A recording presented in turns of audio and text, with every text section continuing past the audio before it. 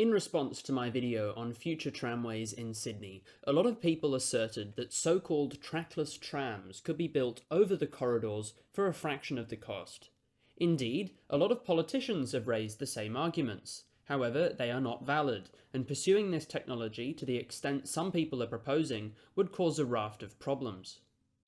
The company that makes these trackless trams, let's be real here, glorified guided buses, refers to them as autonomous rail rapid transit, which has to be the single most stupid name for any transport technology. The system is not autonomous in the most obvious sense of the word, still having a driver operating the bus.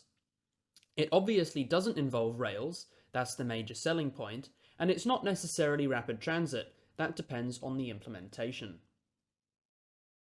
One argument in favour of these guided buses I see too often is the alleged lower cost of these systems, often cited as between $5 and $10 million per kilometre.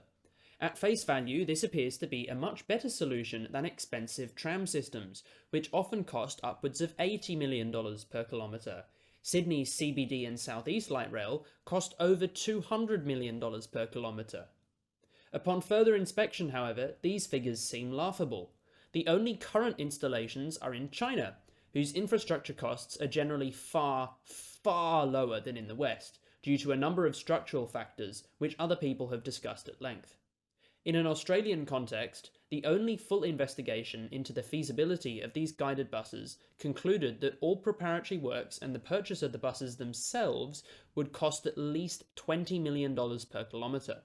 Even this seems very optimistic though, with Sydney's Northern Beaches B-Line project, a double-decker bus route otherwise essentially a normal route except for special branding, new stops and some bus priority measures, costing nearly $20 million per kilometre.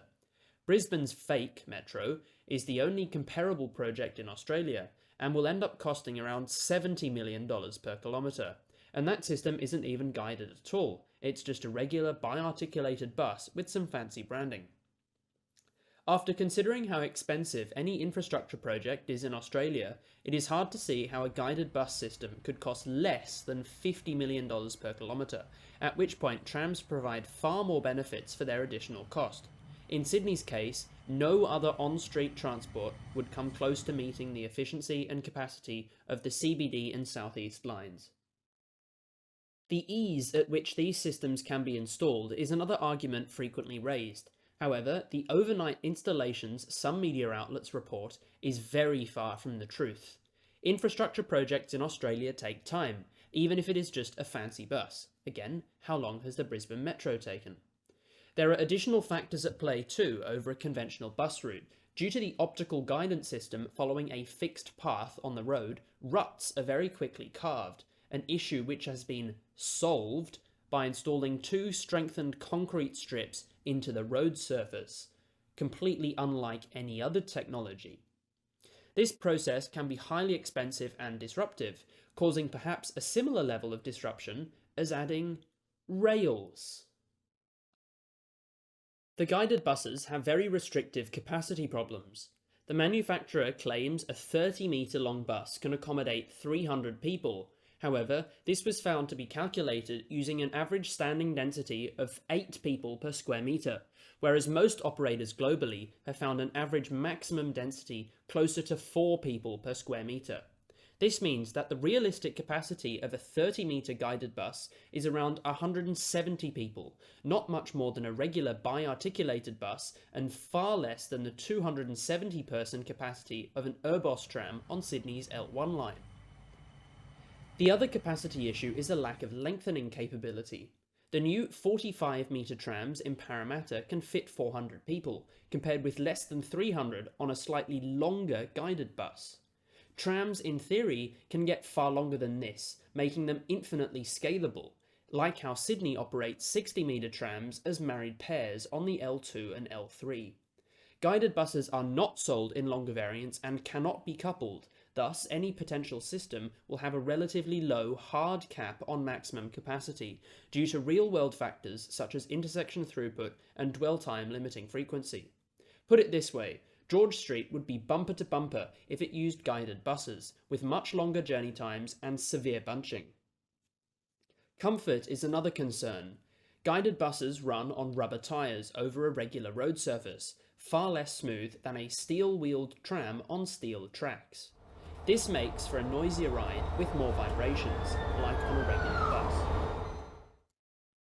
Guided buses are less efficient than trams in a number of avenues. I can't find exact figures as the only operational systems are in China and there is limited open data available. Steel wheel and rail will always be more efficient than tyres on a road, as they have a far lower coefficient of rolling resistance. Trams also almost always draw electricity from overhead power lines, limiting the use of wasteful batteries or other storage devices. The guided buses will be fully battery electric, and as with any battery vehicle, the electricity supplied to charge the batteries will always be higher than the output.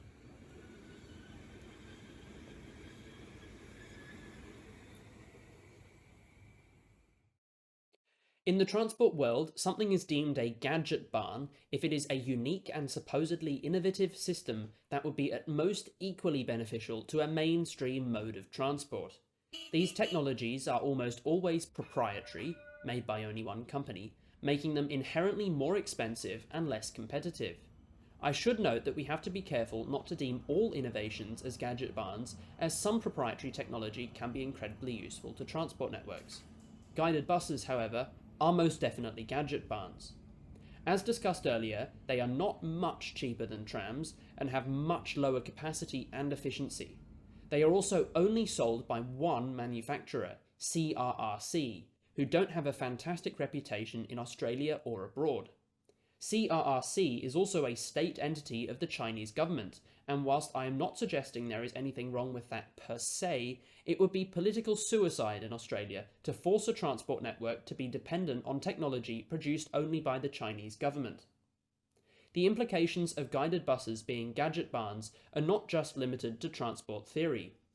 There were proposals for the second stage of Parramatta Light Rail to use them, with the promise of faster and cheaper delivery. However, Transport for New South Wales ruled the option out due to the proprietary technology having an inherent lack of competition. It's time we put the myth of trackless trams to bed. Many technologies have, in the past, claimed to bring similar benefits, however none were installed in more than a handful of cities, owing to the same issues I've discussed here. These guided buses combine the expense of regular trams with the inefficiencies and discomfort of buses, the worst of both worlds, plus some extra cost for the uniqueness of the system. Thanks for watching. If you enjoyed this video, please consider subscribing.